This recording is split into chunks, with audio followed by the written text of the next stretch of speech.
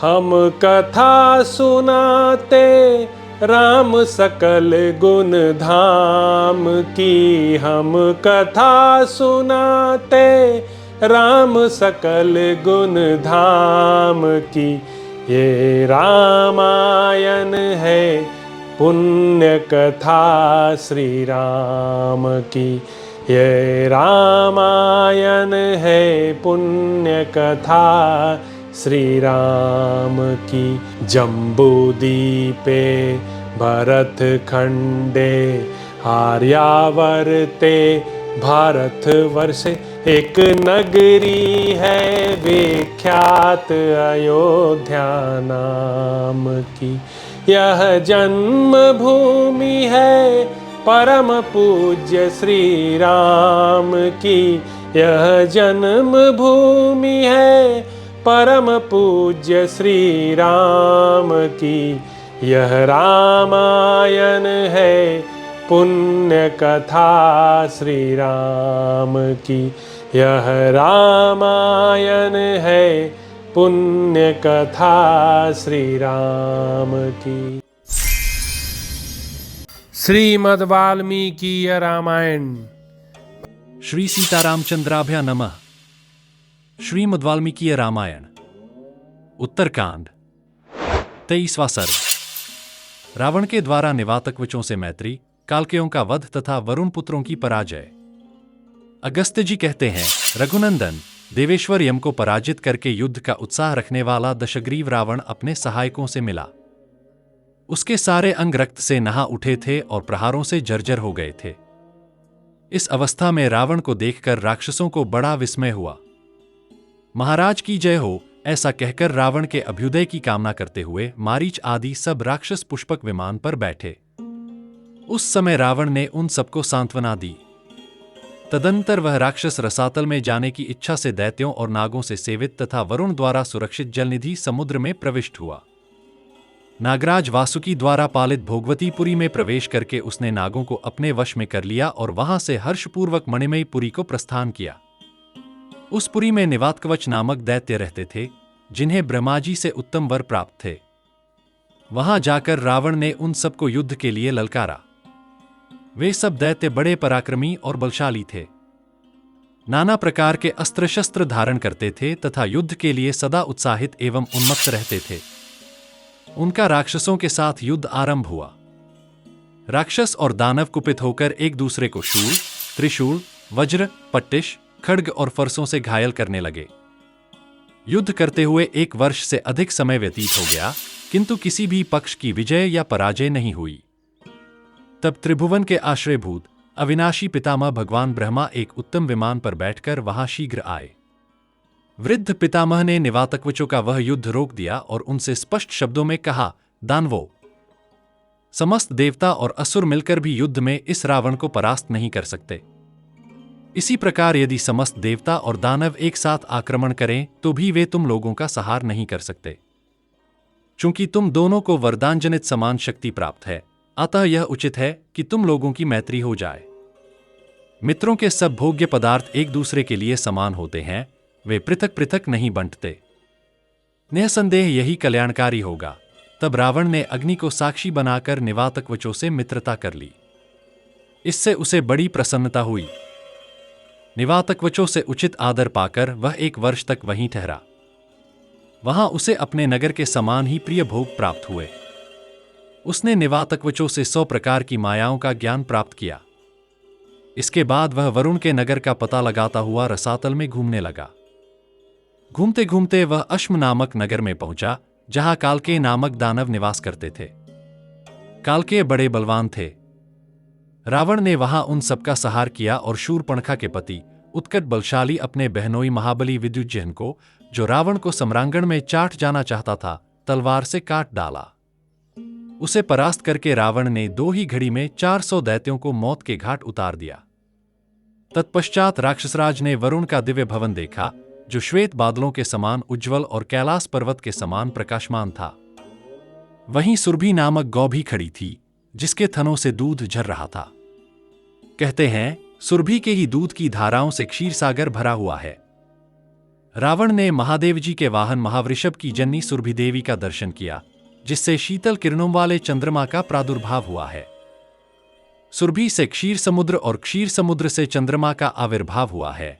उन्हीं चंद्रदेव के उत्पत्ति स्थान क्षीर समुद्र का आश्रय लेकर फेन पीने वाले महर्षि जीवन धारण करते हैं।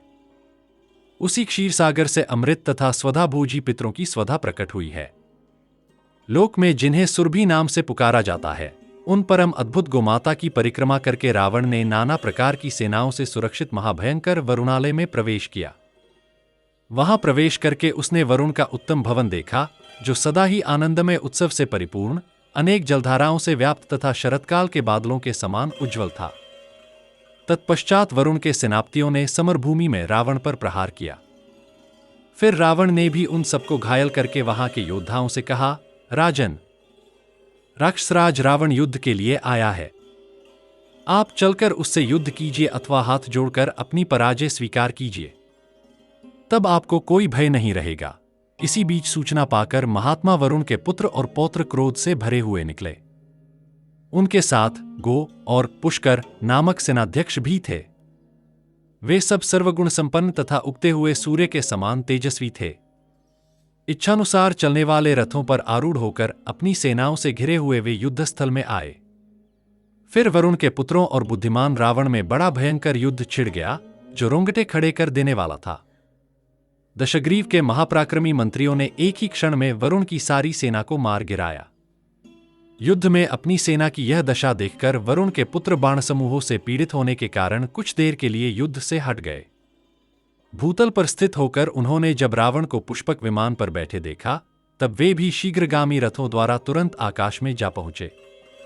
अब बराबरी का स्थान मिलने पर रावण के साथ उनका घोर युद्ध हुआ। उनका वह आकाशयुद्ध देवदानव संग्राम के समान भयंकर प्रतीत हुआ। वरुण पुत्रों ने अग्नितुल्य बाणों से रावण को विमुख करके बड़े हर्ष से नाना प्रकार के स्वरों में सिंहनाद किया।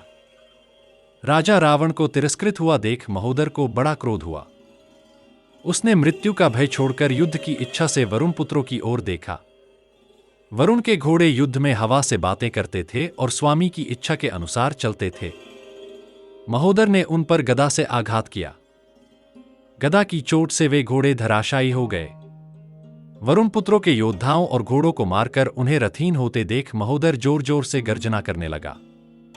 उसकी गदा के प्रहार से वरुण पुत्रों के रथ, घोड़े और श्रेष्ठ सारथी चूर चूर होकर पृथ्वी पर गिर पड़े। महात्मा वरुण के वे शूरवीर पुत्र रथों को छोड़कर अपने ही प्रभाव से आकाश में खड़े हो गए। उन्हें तनिक भी व्यथा नहीं हुई। उन्होंने धनुषों पर प्रत्यंचा चढ़ाई और महोदर को क्षतविक्षत करके कुपित हो रावण को घेर लिया। वे अत्यंत क्रोधित होकर पर्वतों पर गिरती जलधारा जैसे मेघों की भांति वज्रतुल्य भयंकर बाणों की वर्षा से रावण को विदीर्ण करने लगे। यह देखकर दशग्रीव प्रलयकाल की अग्नि के समान रोष से प्रज्वलित हो उठा और उन वरुण पुत्रों के मर्मस्थानों पर महाघोर बाणों की वर्षा करने लगा। पुष्पक विमान पर बैठे हुए उस दुर्धर्ष वीर ने उन सबके ऊपर विचित्र मूसल, सैकड़ों भल, पट्टिश, शक्तियां और बड़ी बड़ी शतघ्नियों का प्रहार किया। उन अस्त्र शस्त्रों से घायल हो वरुण पुत्र पैदल युद्ध के लिए आगे बढ़े, परंतु पैदल होने के कारण रावण की अस्त्र वर्षा से सहसा संकट में पड़ गए और कीचड़ में फंसे वृद्ध हाथियों के समान कष्ट पाने लगे। वरुण के पुत्रों को दुखी एवं व्याकुल देख महाबली रायण महान मेघ के समान बड़े हर्ष से गर्जना करने लगा। 24वां सर्ग। रावण द्वारा वरुण पुत्रों का पराजय और देवकन्याओं का विलाप। जोर जोर से सिंहनाद करके वह निशाचर पुनः नाना प्रकार के अस्त्र शस्त्रों द्वारा वरुण पुत्रों को मारने लगा, मानो बादल अपनी धारावाहिक वर्षा से वृक्षों को पीड़ित कर रहा हो। फिर वे सभी वरुण पुत्र युद्ध से विमुख होकर पृथ्वी पर गिर पड़े। तत्पश्चात उनके सेवकों ने उन्हें रणभूमि से हटाकर शीघ्र ही घर पहुंचा दिया। तदंतर उस राक्षस ने वरुण के सेवकों से कहा, अब वरुण से जाकर कहो कि वे स्वयं युद्ध के लिए आएं। तब वरुण के मंत्री प्रभास ने रावण से कहा, राक्षसराज, जिन्हें तुम युद्ध के लिए बुला रहे हो, वे जल के स्वामी महाराज वरुण संगीत सुनने के लिए ब्रह्मलोक गए हुए हैं। वीर, राजा वरुण के चले जाने पर यहां युद्ध के लिए व्यर्थ परिश्रम करने से तुम्हें क्या लाभ? उनके जो वीर पुत्र यहां मौजूद थे, वे तो तुमसे परास्त हो ही गए। मंत्री की यह बात सुनकर राक्षसराज रावण वहां अपने नाम की घोषणा करता हुआ, बड़े हर्ष से सिंहनाद करता हुआ वरुणालय से बाहर निकल गया। वह जिस मार्ग से आया था उसी मार्ग से आकाश मार्ग द्वारा लंका की ओर लौट गया। रावण द्वारा अपहरित देवकन्याओं का विलाप, शाप और शूर्पणखा का विलाप। लौटते समय दुरात्मा रावण बड़े हर्ष में भरा हुआ था। उसने मार्ग में अनेकानेक नरेशों, ऋषियों, देवताओं और दानवों की कन्याओं का अपहरण किया। वह राक्षस जिस कन्या अथवा स्त्री को दर्शनीय रूप सौंदर्य से युक्त देखता, उसके रक्षक बंधुजनों का वध कर उसे विमान पर बिठाकर ले लेता था। इस प्रकार उसने नागों, राक्षसों, असुरों, मनुष्यों, यक्षों और दानवों की भी बहुत सी कन्याओं को हर लिया। उन सबने एक साथ ही दुहक के कारण नेत्रों से आंसू बहाना आरंभ किया। शोकाग्नि और भय से प्रकट होने वाले उनके आंसुओं की प्रत्येक बूंद वहां आग की चिंगारी सी जान पड़ती थी। जैसे नदियां सागर को भरती हैं, उसी प्रकार उन समस्त सुंदरियों ने भय और शोक से उत्पन्न अमंगलजनक अश्रुओं से उस विमान को भर दिया। नागों, गंधर्वों, महर्षियों, दैत्यों और दानवों की सैकड़ों कन्याएं उस विमान पर रो रही थीं। उनके केश बड़े बड़े थे, सभी अंग सुंदर और मनोहर थे। उनके मुख की कांति पूर्ण चंद्रमा की छवि को लज्जित करती थी। उरोजों के तट उभरे हुए थे। शरीर का मध्य भाग हीरे के चबूतरे के समान प्रकाशित होता था। नितंब रथ के कुबर जैसे जान पड़ते थे और उनसे उनकी मनोहरता और बढ़ रही थी। वे सभी स्त्रियां देवांगनाओं के समान कांतिमती और तपाए हुए सुवर्ण के समान सुनहरी आभा से उद्भासित होती थीं। सुंदर मध्य भाग वाली वे सभी सुंदरियां शोक, दुहक और भय से त्रस्त एवं विह्वल थीं। उनकी गरम निःश्वास वायु से वह पुष्पक विमान सब ओर से प्रज्वलित सा हो रहा था, मानो उसमें अग्नि की स्थापना की गई हो। दशग्रीव के वश में पड़ी हुई वे शोकाकुल अबलाय सिंह के पंजे में फंसी हरिणियों के समान दुहकी हो रही थी। उनके मुख और नेत्रों में दीनता छा रही थी और उनकी आयु लगभग 16 वर्ष प्रतीत हो रही थी। कोई सोचती थी, क्या यह राक्षस मुझे खा जाएगा? कोई अत्यंत दुहक से आर्त हो यह चिंता करती थी, क्या यह निशाचर मुझे मार डालेगा? वे स्त्रियां माता, पिता, भाई तथा पति की याद करके शोक में डूब जातीं और एक साथ करुणाजनक विलाप करने लगतीं। हाय! मेरे बिना मेरा नन्हा सा बेटा कैसे रहेगा? मेरी मां की क्या दशा होगी और मेरे भाई कितने चिंतित होंगे? ऐसा कहकर वे शोक सागर में डूब जाती थीं। हाय! अपने पतिदेव से बिछुड़कर मैं कैसे रहूंगी? हे मृत्युदेव! मेरी प्रार्थना है कि तुम प्रसन्न होकर मुझे इस लोक से उठा ले चलो। हाय! पूर्व जन्म में हमने कौन सा पाप किया था, जिससे हम सब स्त्रियां शोक के समुद्र में गिर पड़ी हैं? निश्चय ही इस समय हमें अपने इस दुहक का अंत दिखाई नहीं देता। अहो! इस मनुष्यलोक को धिक्कार है। इससे बढ़कर अधम दूसरा कोई लोक नहीं होगा, क्योंकि यहां इस बलवान रावण ने हमारे दुर्बल पतियों को उसी प्रकार नष्ट कर दिया, जैसे सूर्य उदय होते ही नक्षत्रों को अदृश्य कर देता है। अहो! यह अत्यंत बलवान राक्षस वध के उपायों में ही आसक्त रहता है। अहो! यह पापी दुराचार के पथ पर चलकर भी स्वयं को धिक्कारता नहीं है। इस दुरात्मा का पराक्रम इसकी तपस्या के अनुरूप है, परंतु यह पराई स्त्रियों के साथ जो बलात्कार कर रहा है, यह दुष्कर्म इसके योग्य कदापि नहीं है। यह नीच निशाचर पराई स्त्रियों के साथ रमण करता है, अतः स्त्री ही इसके वध का कारण बनेगी। उन श्रेष्ठ पतिव्रता नारियों ने जब ऐसी बातें कहीं, उस समय आकाश में देवताओं की दुंदुभियां बज उठीं और फूलों की वर्षा होने लगी। पतिव्रता साध्वी स्त्रियों के इस शाप से रावण की शक्ति घट गई। वह निस्तेज सा हो गया और उसके मन में उद्वेग उत्पन्न होने लगा। इस प्रकार उनका विलाप सुनते हुए राक्षसराज रावण लंकापुरी में प्रवेश किया। इसी समय इच्छानुसार रूप धारण करने वाली भयंकर राक्षसी शूर्पणखा, जो रावण की बहन थी, सहसा सामने आकर पृथ्वी पर गिर पड़ी। रावण ने अपनी बहन को उठाकर सांत्वना दी और पूछा, भद्रे, तुम मुझसे शीघ्र कौन सी बात कहना चाहती हो? शूर्पणखा की आंखों में आंसू थे।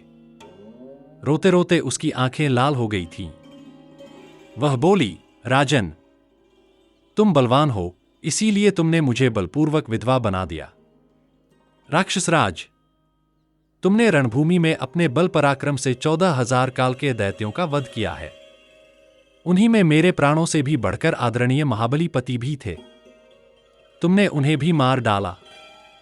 तुम नाम मात्र के भाई हो, वास्तव में तो मेरे शत्रु निकले। राजन, सगे भाई होकर भी तुमने स्वयं अपने हाथों मेरे पति का वध किया। अब तुम्हारे कारण मैं विधवा हो गई। भैया, तुम मेरे पिता के तुल्य हो। मेरे पति तुम्हारे दामाद थे। क्या तुम्हें युद्ध में अपने दामाद और बहन की रक्षा नहीं करनी चाहिए थी?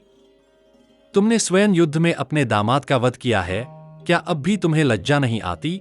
रोती और कोसती हुई बहन की ऐसी बातें सुनकर दशग्रीव ने उसे सांत्वना दी और मधुर वाणी में कहा, बेटी, अब रोना व्यर्थ है। तुम्हें किसी प्रकार भयभीत नहीं होना चाहिए। मैं दान, मान और अनुग्रह द्वारा यत्नपूर्वक तुम्हें संतुष्ट करूंगा। मैं युद्ध में उन्मत्त हो गया था। मेरा चित्त ठिकाने नहीं था। मुझे केवल विजय पाने की धुन थी, इसलिए लगातार बाण चलाता रहा। सम्रांगण में जूझते समय मुझे अपने प्राय का ज्ञान नहीं रह जाता था। मैं रणोन्मत्त होकर प्रहार कर रहा था, इसलिए दामाद को पहचान न सका। बहन, यही कारण है जिससे युद्ध में तुम्हारे पति मेरे हाथ से मारे गए। अब इस समय जो कर्तव्य प्राप्त है, उसके अनुसार मैं सदा तुम्हारे हित का ही साधन करूंगा। तुम ऐश्वर्यशाली भाई खर के पास चलकर रहो। तुम्हारा भाई महाबली खर 14,000 राक्षसों का अधिपति होगा। वह उन सबको जहां चाहेगा भेजेगा और उन सबको अन्न, पान एवं वस्त्र देने में समर्थ होगा। यह तुम्हारा मौसेरा भाई निशाचर खर सब कुछ करने में समर्थ है और आदेश का सदा पालन करता रहेगा। यह वीर मेरी आज्ञा से शीघ्र ही दंडकारण्य की रक्षा में जाने वाला है। महाबली दूषण इसका सेनापति होगा। वहां शूरवीर खर सदा तुम्हारी आज्ञा का पालन करेगा और इच्छानुसार रूप धारण करने वाले राक्षसों का स्वामी होगा। ऐसा कहकर दशग्रीव ने 14,000 पराक्रमशाली राक्षसों की सेना को खर के साथ जाने की आज्ञा दी। उन भयंकर राक्षसों से घिरा हुआ खर शीघ्र ही दंडकारण्य में आया और निर्भय होकर वहां का अकंटक राज्य भोगने लगा। उसके साथ शूर्पणखा भी वहां दंडकवन में रहने लगी। 25वां सर्ग यज्ञों द्वारा मेघनाद की सफलता, विभीषण का रावण को परस्त्रीहरण के दोष बताना, कुंभीनसी को आश्वासन देकर मधु के साथ रावण का देवलोक पर आक्रमण करना, खर को राक्षसों की भयंकर सेना देकर और बहिन को धीरज बंधाकर रावण बहुत ही प्रसन्न और स्वस्थचित्त हो गया। तदंतर बलवान राक्षसराज रावण लंका के निकुंभिला नामक उत्तम उपवन में गया। उसके साथ बहुत से सेवक भी थे। रावण अपनी शोभा एवं तेज से अग्नि के समान प्रज्वलित हो रहा था। उसने निकुंभिला में पहुंचकर देखा, एक यज्ञ हो रहा है जो सैकड़ों यूपों से व्याप्त और सुंदर देवालयों से सुशोभित है। फिर वहां उसने अपने पुत्र मेघनाद को देखा, जो काला मृगचर्म पहने हुए तथा कमंडलों, शिखा और ध्वज धारण किए बड़ा भयंकर जान पड़ता था। उसके पास पहुंचकर लंकेश्वर ने अपनी भुजाओं द्वारा उसका आलिंगन किया और पूछा, बेटा, यह क्या कर रहे हो? ठीक ठीक बताओ। मेघनाद यज्ञ के नियमानुसार मौन रहा। उस समय पुरोहित महातपस्वी द्विजश्रेष्ठ शुक्राचार्य, जो यज्ञ संपन्नता की समृद्धि के लिए वहां आए थे, राक्षस शिरोमणि रावण से बोले, राजन, मैं सब बातें बता रहा हूं, ध्यान देकर सुनिए। आपके पुत्र ने बड़े विस्तार के साथ 7 यज्ञों का अनुष्ठान किया है। अग्निष्टोम, अश्वमेध, बहुसुवर्णक, राजसूय, गोमेद तथा वैष्णव, ये 6 यज्ञ पूर्ण करके जब इसने 7वां माहेश्वर यज्ञ, जिसका अनुष्ठान दूसरों के लिए अत्यंत दुर्लभ है, आरंभ किया, तब आपके इस पुत्र को साक्षात भगवान पशुपति से बहुत से वर प्राप्त हुए। साथ ही इच्छानुसार चलने वाला एक दिव्य आकाशचारी रथ भी प्राप्त हुआ है। इसके साथ तामसी नाम की माया उत्पन्न हुई है, जिससे अंधकार उत्पन्न किया जाता है। राक्षसेश्वर, संग्राम में इस माया का प्रयोग करने पर देवता और असुर भी प्रयोग करने वाले पुरुष की गतिविधि का पता नहीं लगा सकते। राजन, बाणों से भरे हुए 2 अक्षय तरकस, अटूट धनुष तथा रणभूमि में शत्रु का विध्वंस करने वाला प्रबल अस्त्र, इन सब की प्राप्ति हुई है। दशानन, तुम्हारा यह पुत्र इन सभी मनोवांछित वरों को पाकर आज यज्ञ की समाप्ति के दिन तुम्हारे दर्शन की इच्छा से यहां खड़ा है। यह सुनकर दशग्रीव ने कहा, बेटा, तुमने यह अच्छा नहीं किया है, क्योंकि इस यज्ञ संबंधी द्रव्यों द्वारा मेरे शत्रु इंद्र आदि देवताओं का पूजन हुआ है। अस्तु, जो कर दिया सो अच्छा ही किया, इसमें संशय नहीं है। सौम्य, अब आओ, चलो हम लोग अपने घर को चलें। तदंतर दशग्रीव ने अपने पुत्र और विभीषण के साथ जाकर पुष्पक विमान से उन सब स्त्रियों को उतारा जिन्हें हरकर ले आया था। वे अब भी आंसू बहाती हुई गदगद कंठ से विलाप कर रही थीं। वे उत्तम लक्षणों से सुशोभित थीं और देवताओं, दानवों तथा राक्षसों के घर की रत्न थीं। उनमें रावण की आसक्ति जानकर धर्मात्मा विभीषण ने कहा, राजन, ये आचरण यश, धन और कुल का नाश करने वाले हैं। इनके द्वारा जो प्राणियों को पीड़ा दी जाती है, उससे बड़ा पाप होता है। इस बात को जानते हुए भी आप सदाचार का उल्लंघन करके स्वेच्छाचार में प्रवृत्त हो रहे हैं। महाराज, इन बेचारी अबलाओं के बंधु बांधवों को मारकर आप इन्हें हर लाए हैं और उधर आपका उल्लंघन करके आपके सिर पर लात रखकर मधु ने मौसेरी बहन कुंभीनसी का अपहरण कर लिया। रावण बोला, मैं नहीं समझता कि तुम क्या कह रहे हो।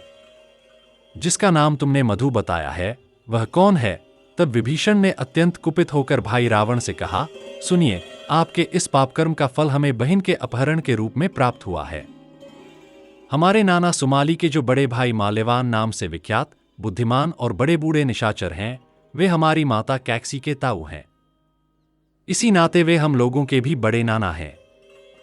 उनकी पुत्री अनला हमारी मौसी है। उन्हीं की पुत्री कुंभीनसी है।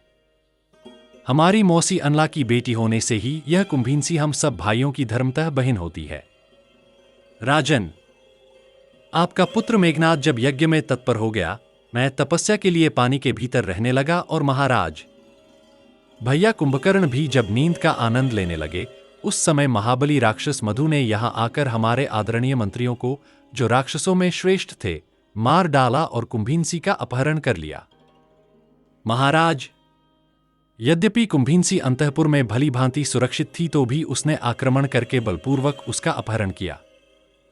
पीछे इस घटना को सुनकर भी हम लोगों ने क्षमा ही की, मधु का वध नहीं किया, क्योंकि जब कन्या विवाह के योग्य हो जाए तो उसे किसी योग्य पति के हाथ में सौंप देना ही उचित है। हम भाइयों को अवश्य यह कार्य पहले कर देना चाहिए था। हमारे यहां से जो बलपूर्वक कन्या का अपहरण हुआ है, यह आपकी इस दूषित बुद्धि एवं पापकर्म का फल है, जो आपको इसी लोक में प्राप्त हो गया।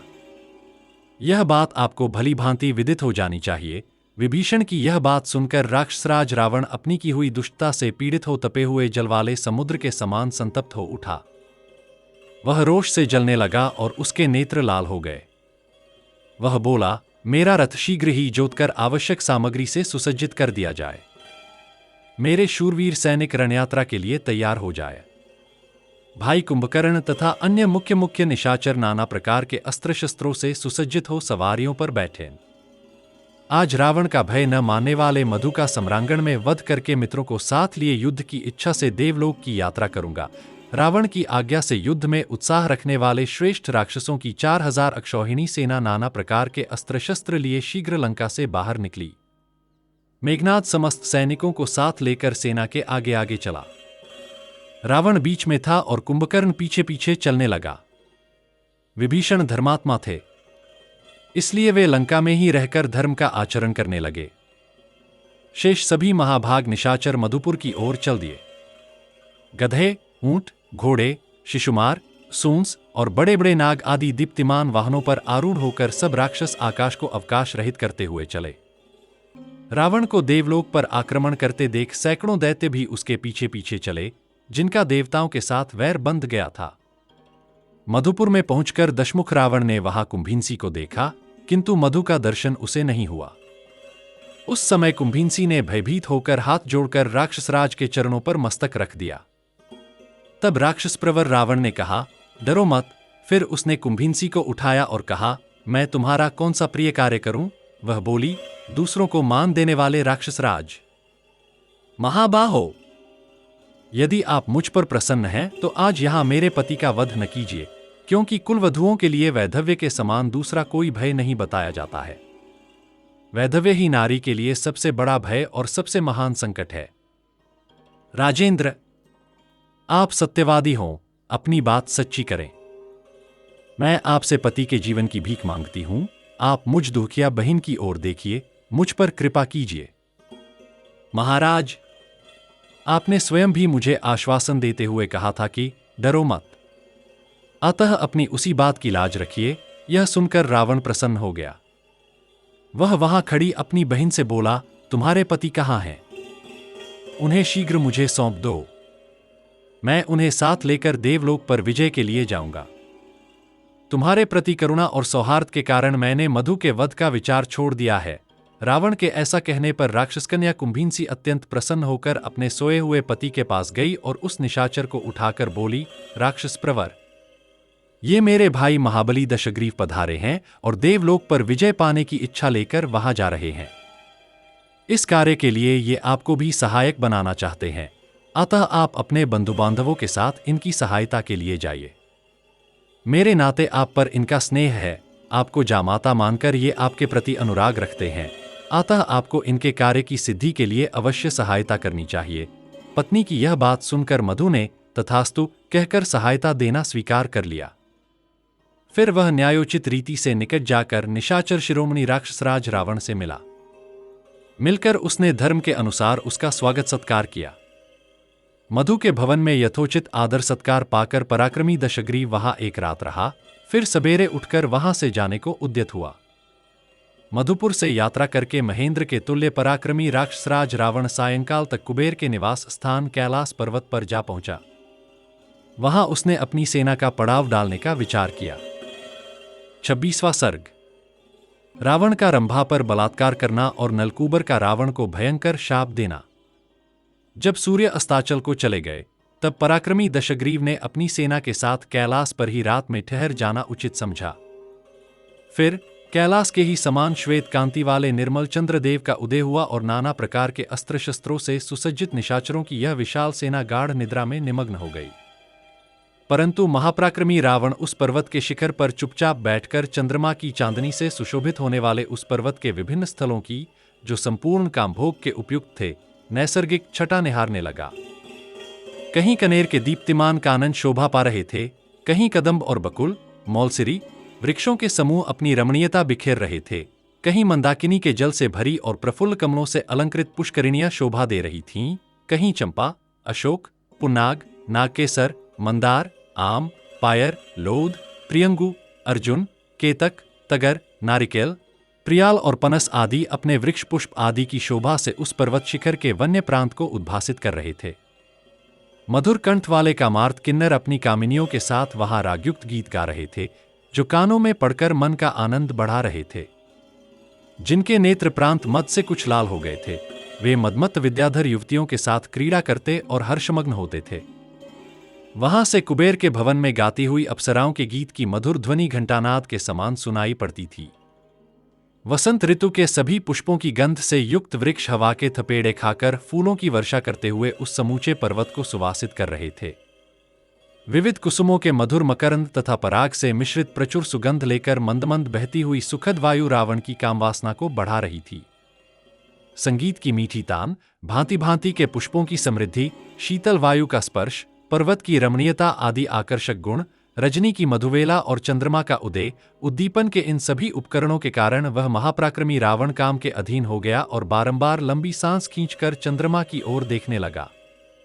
इसी बीच में समस्त अप्सराओं में श्रेष्ठ सुंदरी पूर्ण चंद्रमुखी रंभा दिव्य वस्त्राभूषणों से विभूषित होकर उस मार्ग से आ निकली। उसके अंगों में दिव्य चंदन का अनुलेप लगा था और केशपाश में पारिजात के पुष्प गुंथे हुए थे। दिव्य पुष्पों से अपना श्रृंगार करके वह प्रिय समागम रूप दिव्य उत्सव के लिए जा रही थी। मनोहर नेत्र तथा कांची की लड़ियों से विभूषित पीन जघन स्थल को वह रति के उत्तम उपहार के रूप में धारण किए हुए थी। उसके कपोलों पर हरिचंदन से चित्र रचना की गई थी। वह छहों ऋतुओं में होने वाले नूतन पुष्पों के आर्द्रहारों से विभूषित थी और अपनी अलौकिक कांति, शोभा, द्युति एवं कीर्ति से युक्त हो उस समय दूसरी लक्ष्मी के समान जान पड़ती थी। उसका मुख चंद्रमा के समान मनोहर था और दोनों सुंदर भौहें कमानसी दिखाई देती थीं। वह सजल जलधर के समान नील रंग की साड़ी से अपने अंगों को ढके हुए थी। उसकी जांघों का चढ़ाव-उतार हाथी की सूंड के समान था। दोनों हाथ ऐसे कोमल थे मानो देहरूपी रसाल की डाल के नए नए पल्लव हों। वह सेना के बीच से होकर जा रही थी। अतः रावण ने उसे देख लिया। देखते ही वह कामदेव के बाणों का शिकार हो गया और खड़ा होकर उसने अन्यत्र जाती हुई रंभा का हाथ पकड़ लिया। बेचारी अबला लाज से गड़ गई, परंतु वह निशाचर मुस्कराता हुआ उससे बोला, वरारोहे, कहां जा रही हो? किसकी इच्छा पूर्ण करने के लिए स्वयं चल पड़ी हो? किसके भाग्योदय का समय आया है जो तुम्हारा उपभोग करेगा? भीरु, परस्पर सटे हुए तुम्हारे ये सुवर्णमय कलशों के सदृश सुंदर पीन उरोज किसके वक्षस्थल को अपना स्पर्श प्रदान करेंगे? सोने की लड़ियों से विभूषित तथा सुवर्णमय चक्र के समान विपुल विस्तार से युक्त तुम्हारे पीन जगन स्थल पर जो मूर्तिमान स्वर्ग सा जान पड़ता है, आज कौन आरोहण करेगा? इंद्र, उपेंद्र अथवा अश्विनी कुमार ही क्यों न हो, इस समय कौन पुरुष मुझसे बढ़कर है? भीरु, तुम मुझे छोड़कर अन्यत्र जा रही हो, यह अच्छा नहीं है। स्थूल नितंब वाली सुंदरी, यह सुंदर शिला है, इस पर बैठकर विश्राम करो।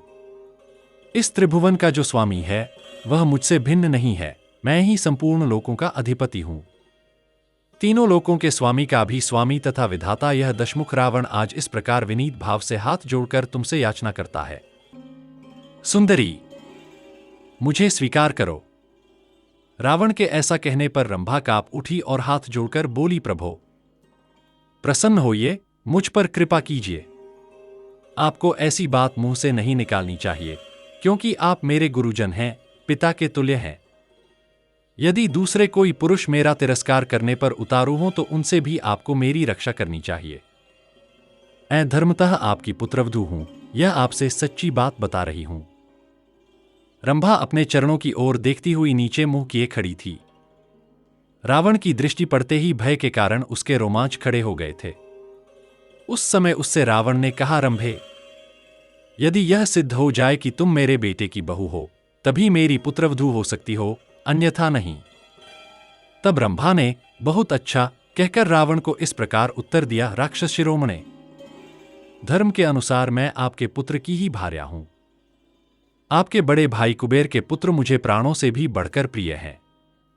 वे तीनों लोकों में नलकूबर नाम से विख्यात हैं तथा धर्मानुष्ठान की दृष्टि से ब्राह्मण और पराक्रम की दृष्टि से क्षत्रिय हैं।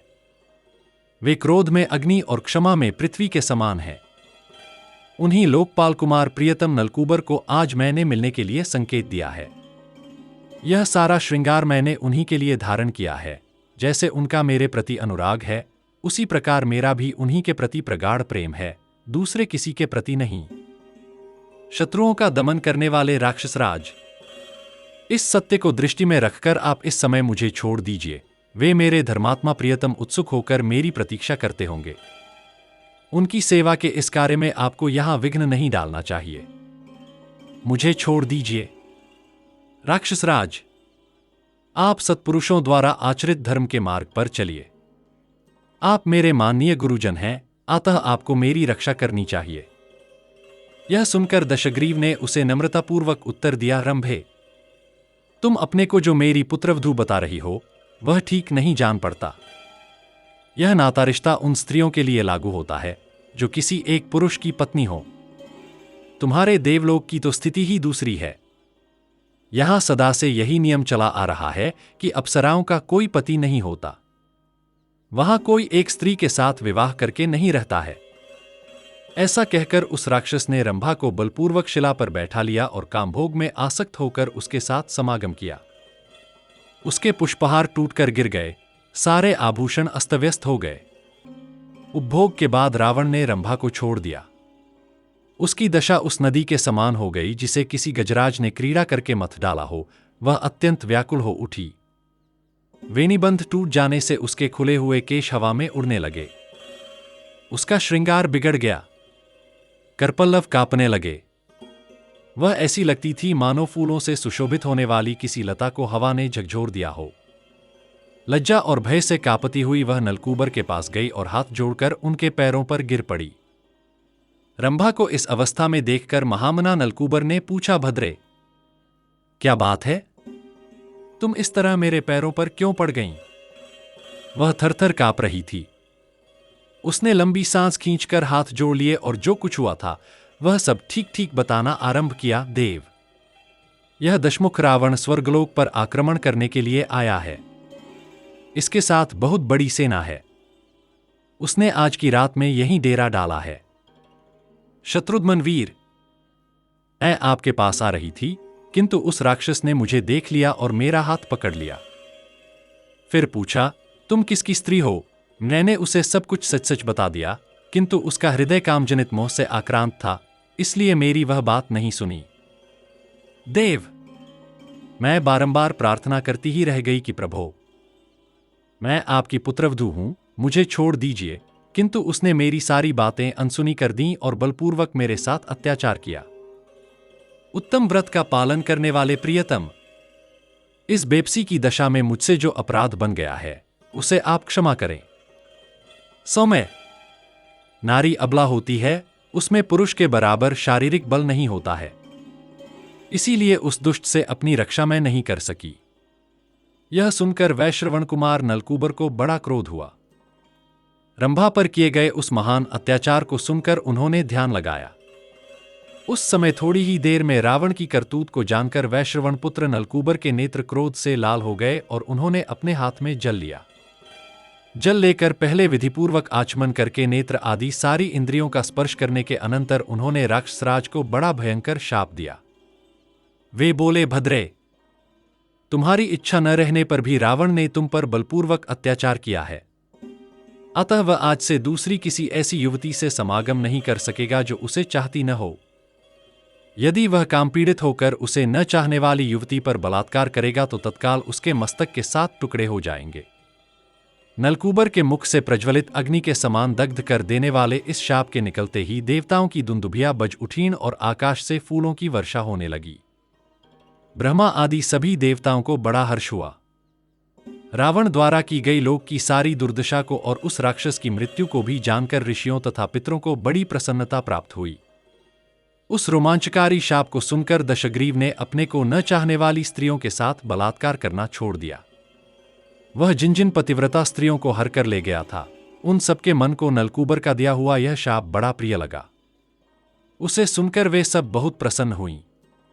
इस प्रकार श्री वाल्मीकि निर्मित आर्ष रामायण आदि काव्य के उत्तरकांड में 26वां सर्ग पूरा हुआ। सकल गुण धाम की हम कथा सुनाते, राम सकल गुण धाम की ये रामायण है, पुण्य कथा श्री राम की ये रामायण है, पुण्य कथा श्री राम की। जम्बूदीपे भरत खंडे आर्यावर्ते, भारत वर्षे एक नगरी है, विख्यात अयोध्या नाम की।